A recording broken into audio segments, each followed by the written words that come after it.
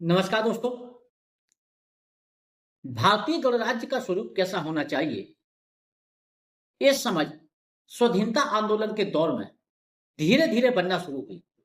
खासकर 1920 के दशक के पश्चात भारतीय गणराज्य का एक खाका बनना शुरू हुआ था। जबकि इससे पहले यदि भारत आजाद हो भी जाता तो हमारे पास में भारतीय गणराज्य का कोई ढांचा नहीं था, ना कोई ऐसा स्वरूप था जिसमें गणराज्य को ढाला जा सके।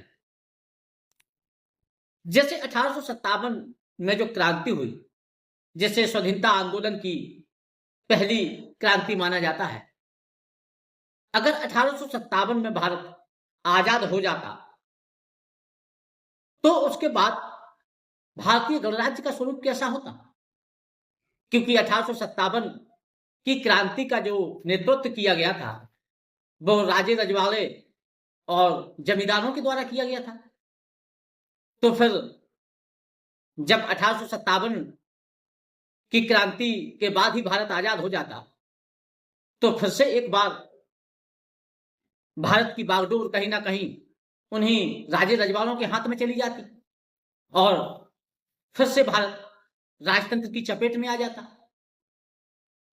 भारत की आजादी का दूसरा पड़ाव 1920 में आया, जब महात्मा गांधी ने 1920 में एक बड़ा असहयोग आंदोलन खड़ा कर दिया।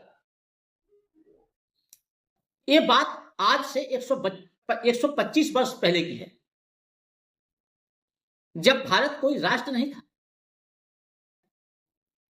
मद्रासी, बंगाली, पंजाबी, मराठी, इनके बीच में कोई राष्ट्रीय एकता नहीं थी। लेकिन महात्मा गांधी का सबसे बड़ा योगदान जो इस आंदोलन के दौर में संभव उन्होंने कर दिखाया वो ये था कि उन्होंने मद्रासी, बंगाली, पंजाबी, मराठी के अंदर राष्ट्र प्रेम की भावना जगा करके जो इस देश के दलित, पिछड़े, अल्पसंख्यक थे उनको एक मंच पर लाकर खड़ा कर दिया।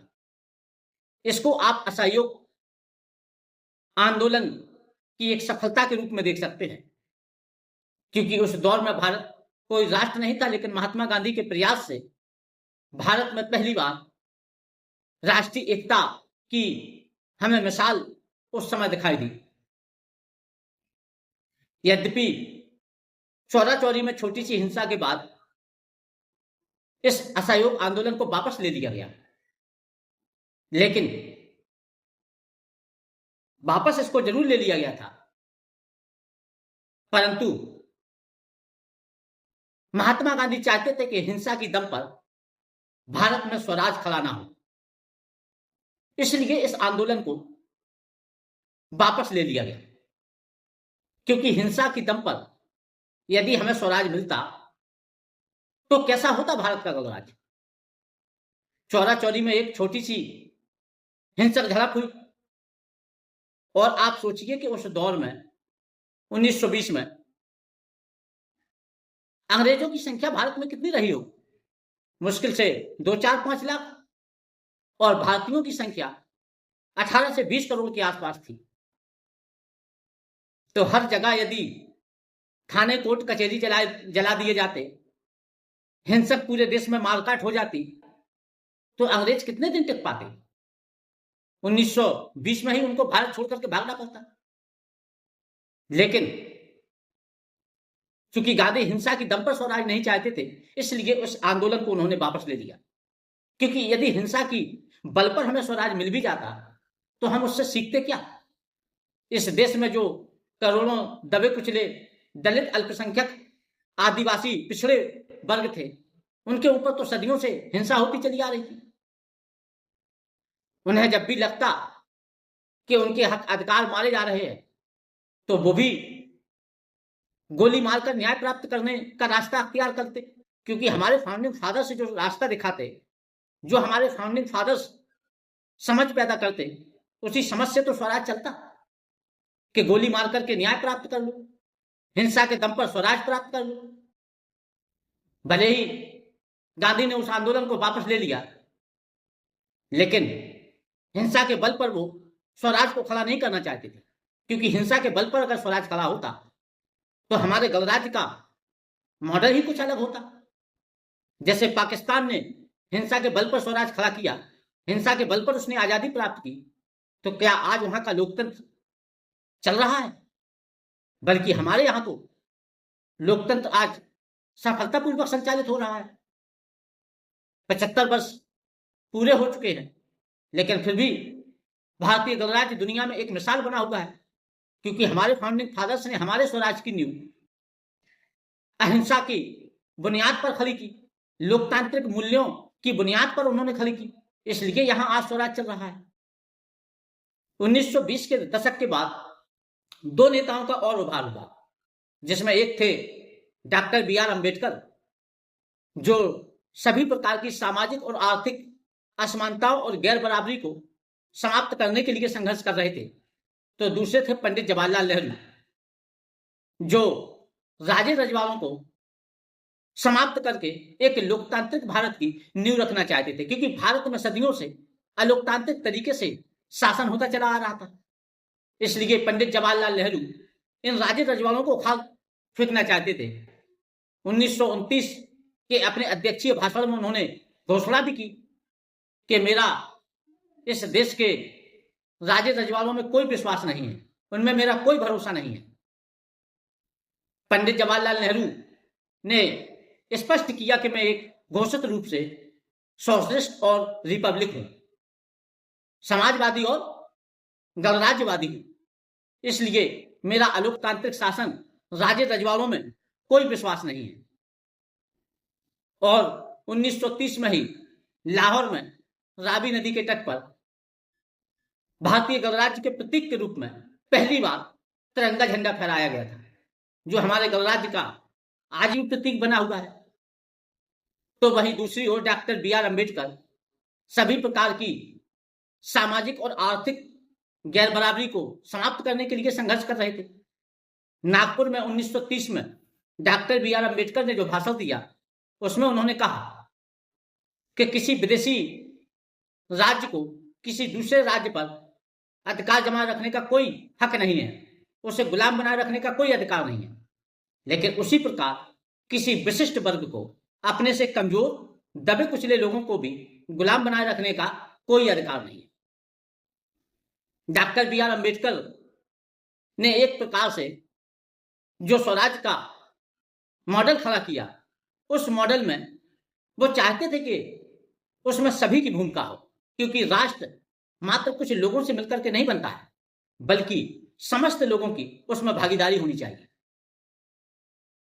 आर्थिक असमानता और दरिद्रता के बारे में उनका कहना था कि जितनी आर्थिक असमानता और दरिद्रता गरीबी भारत में है, उतनी दुनिया के शायद ही किसी देश में हो।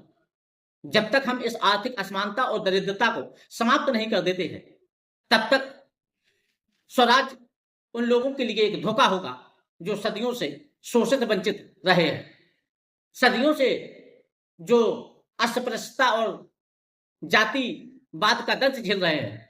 उनके लिए ऐसे स्वराज का कोई मतलब नहीं होगा जिसमें राजनीतिक सत्ता मात्र कुछ लोगों के हाथ में सिमटी रहे। सिर्फ राजनीतिक सत्ता प्राप्त कर लेने से या राजनीतिक अधिकार आ जाने से स्वराज नहीं आ जाता है, बल्कि स्वराज तो सही मायने में तब आएगा जब हमारे यहाँ सभी प्रकार की राजनीतिक असमानता, सामाजिक असमानता, आर्थिक असमानता समाप्त हो जाएगी। हमें कैसा स्वराज चाहिए, इसका हमारे पास में एक खाका होना चाहिए। इस प्रकार से 1920 के दशक के पश्चात भारतीय गणराज्य का एक खाका बनना शुरू हुआ, और फिर जब 1935 का अधिनियम भारत में आया, तो उस अधिनियम में संघीय गणराज्य का एक मॉडल दिया गया था। 1935 का जो अधिनियम भारत में आया, इस अधिनियम से भारतीय संविधान में बहुत से प्रावधान लिए गए थे, लेकिन ये 1935 का अधिनियम उन्हीं वक्तव्यों का समावेश था जिन वक्तव्यों को लंदन के गोलमेज कॉन्फ्रेंस में डॉक्टर B.R. अम्बेडकर ने कहा था। तो 1935 का अधिनियम किसी विदेशी शासन के द्वारा हमारे ऊपर नहीं थोपा गया था, बल्कि इस अधिनियम में तो वही सब वक्तव्य थे जो डॉक्टर बी आर अम्बेडकर ने लंदन में कहे थे। तो कुल मिलाकर के जो भारतीय गणराज्य का मॉडल या जो खाका बनना शुरू हुआ था, उसकी समझ स्वाधीनता आंदोलन के दौर में खास करके 1920 के पश्चात से बनना शुरू हुई। इसी प्रकार 1931 में महात्मा गांधी ने यंग इंडिया में एक लेख लिखा, जिसमें उन्होंने कहा कि सभी प्रकार के दासत्व और संरक्षण से मुक्ति के पश्चात ही वास्तविक स्वराज हमारे यहाँ काम करेगा। जब तक हम इस देश में जो ऊंच नीच जाति भेद में लोग बाग बटे हुए हैं, जब तक इस देश में आर्थिक असमानता और दरिद्रता है, जब तक ये सारी चीजें समाप्त नहीं हो जाती हैं, तब तक हमारे लिए स्वराज के कोई मायने नहीं होंगे। तो वास्तविक स्वराज तब आएगा जब गरीब से गरीब व्यक्ति को ऐसा लगे कि इस देश को बनाने में उसका भी योगदान है।